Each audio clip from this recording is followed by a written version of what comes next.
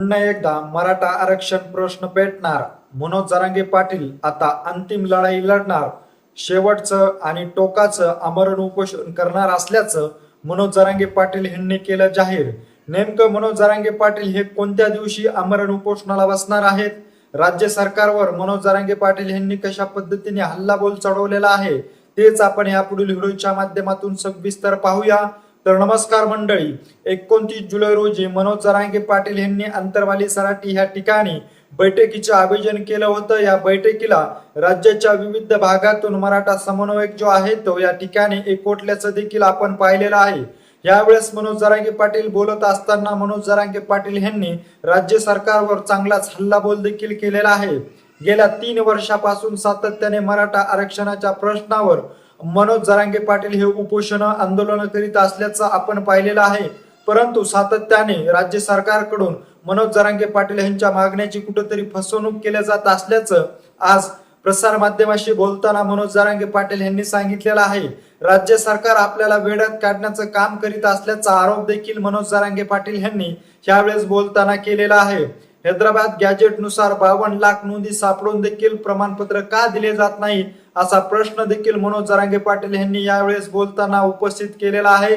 तर राज्य सरकार म्हणत आहे की हैदराबाद गॅजेट नुसार एकही प्रमाणपत्र जे आहे ते दाखल केलं नसल्याचं राज्य सरकारकडून सांगण्यात आलेलं आहे. त्यामुळे येणाऱ्या 29 ऑगस्ट रोजी अंतरवाली सराटी या ठिकाणी सर्व मराठा बांधवांनी व ज्या बांधवांनी हैदराबाद गॅजेट नुसार प्रमाणपत्राचा अर्ज दाखल केलेला आहे त्या मराठा बांधवांनी हजर राहावे असे आव्हान देखील मनोज जरांगे पाटील यांनी यावेळी बोलताना केलेला आहे.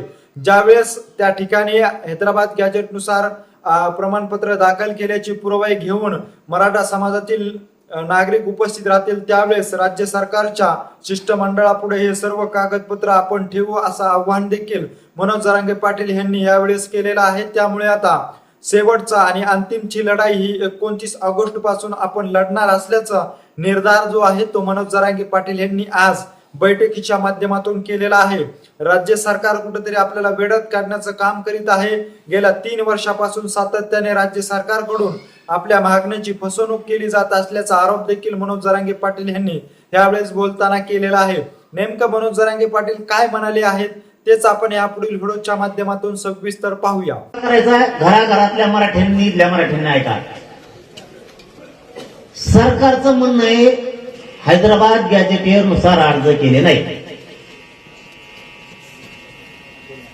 ज्यांनी हैदराबाद गॅजेटियर नुसार अर्ज केले असतील त्यांनी अर्जाची झेरॉक्स 28 ऑगस्टला अंतरवालीत घेऊन यायची. मी सरकारला तुमचा अर्ज दाखवतो, तो आभार आहे अर्ज केल्याला. मला पर्याय नाही राहिला, मला समज होत नाही. सोक्ष लवा मराठ्यांनी केलेले अर्ज दाखवा.